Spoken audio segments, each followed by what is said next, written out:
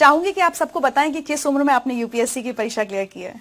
मैं 21 साल का था तब मेरा रिजल्ट आया था। मेरे पिताजी जैसे एक ऑटो रिक्शा ड्राइवर थे, वो घर भी हमें उसी के तहत मिला था। तो एक बिलो पॉवर्टी लाइन की फैमिली में मैं पैदा हुआ था। 10th में मेरी छुट्टियां चल रही थी और मुझे कंप्यूटर सीखना था। तो MSc IT का कोर्स आता है, वो कोर्स मुझे करना था। पे करने के लिए पैसे नहीं थे, तो मैंने मेरे अब्बू को बताया कि भाई ये रेस्टोरेंट है। फिर मैं उस रेस्टोरेंट में काम करता था। सुबह 8 बजे से लेकर रात में 11 बजे तक वो काम होता था। बीच में 2 घंटे छुट्टी मिलती थी, उसमें मुझे मेरा लंच करना होता था और 1 घंटा मुझे वो जो कोर्स है उसकी तैयारी के लिए जाना होता था। क्योंकि मुझे वो बड़ा पॉट लेकर पानी लेकर आना पड़ता था कुएं से निकाल कर। फिर उसके बाद जो कस्टमर्स आएंगे उनको चाय सर्व करना, उनका टेबल वगैरह साफ कर देना, ये सब इस तरह का काम एक वेटर का काम था। और उसके बाद जब 10 बजे होटल बंद हो जाता था, गांव में 10 बजे जनरली हमारे बंद हो जाता था, तो 1 घंटा मुझे जो फर्श वगैरह होता था वो सब साफ करना होता था बैठ के हाथ से। मेरे सक्सेस का बहुत बड़ा क्रेडिट जो है मेरे माता पिता के बाद मेरे भाई को जाता है। क्योंकि देखिए अक्सर ये होता है कि बड़ा भाई छोटे भाई के पढ़ाई के लिए पैसे खर्च करता है, लेकिन यहाँ उल्टा था। छोटा भाई रात दिन मेहनत करके बड़े भाई को पैसे दे रहा था। ये आपसे छोटे हैं? जी। और मैंने 10वीं की छुट्टियों में काम किया, 12वीं की छुट्टियों में काम किया, कॉलेज के फर्स्ट ईयर की छुट्टियों में काम किया।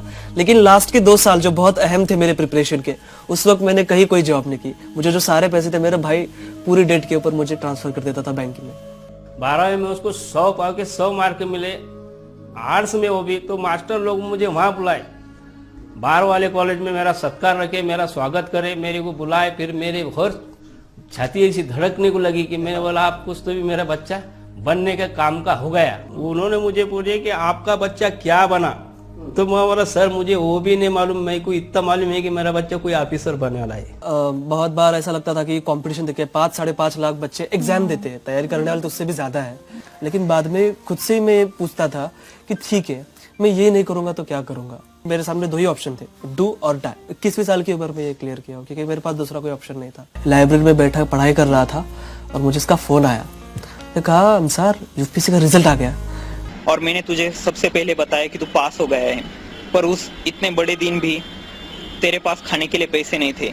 मुझे ऐसा लग रहा था कि मैं 7वें आसमान पर हूँ, मेरे पैर जमीन पर ही थे, लेकिन मैं बहुत ज्यादा खुश था।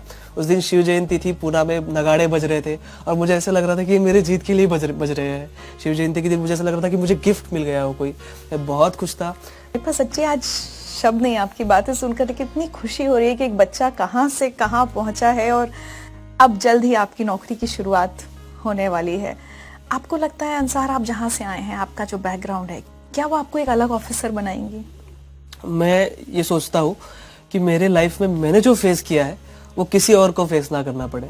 तो जाहिर सी बात है कि मैं एक अच्छा ऑफिसर बन पाऊंगा। मेरे साथ वो मोटिवेशन रहेगा। जब भी मैं किसी बच्चे को कोई काम करते हुए देखूंगा तो मुझे वो फीलिंग आएगी कि कुछ साल पहले मैं भी ऐसा काम कर रहा था और मुझे बहुत बुरा लगता था जब मैं किसी को चाय सर्व करता था या किसी का टेबल साफ करता था। तो वो फीलिंग आएंगी और मैं उसके लिए काम करूँगा। तो मुझे लगता है कि मैं एक अच्छा ऑफिसर बन पाऊंगा just because of my background. आज अगर पीछे मुड़ के देखते हैं और अपनी जिंदगी की कोई एक चीज बदलना चाहें तो क्या होगा? मेरी जिंदगी की मैं चाहूंगा कि मेरा बचपन फिर से आ जाए और मेरे पिताजी उसमें IAS हो जाए। मुझे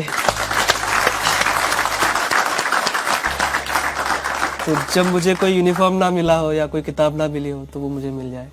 कोई एक मैसेज जो आप सब लोगों को, और सिर्फ जो यहाँ बैठे हैं वो नहीं, जो बहुत सारे लोग टेलीविजन पर आपको देख रहे हैं और उसमें से बहुत सारे IAS की तैयारी कर रहे होंगे, उनको क्या मैसेज देना चाहेंगे?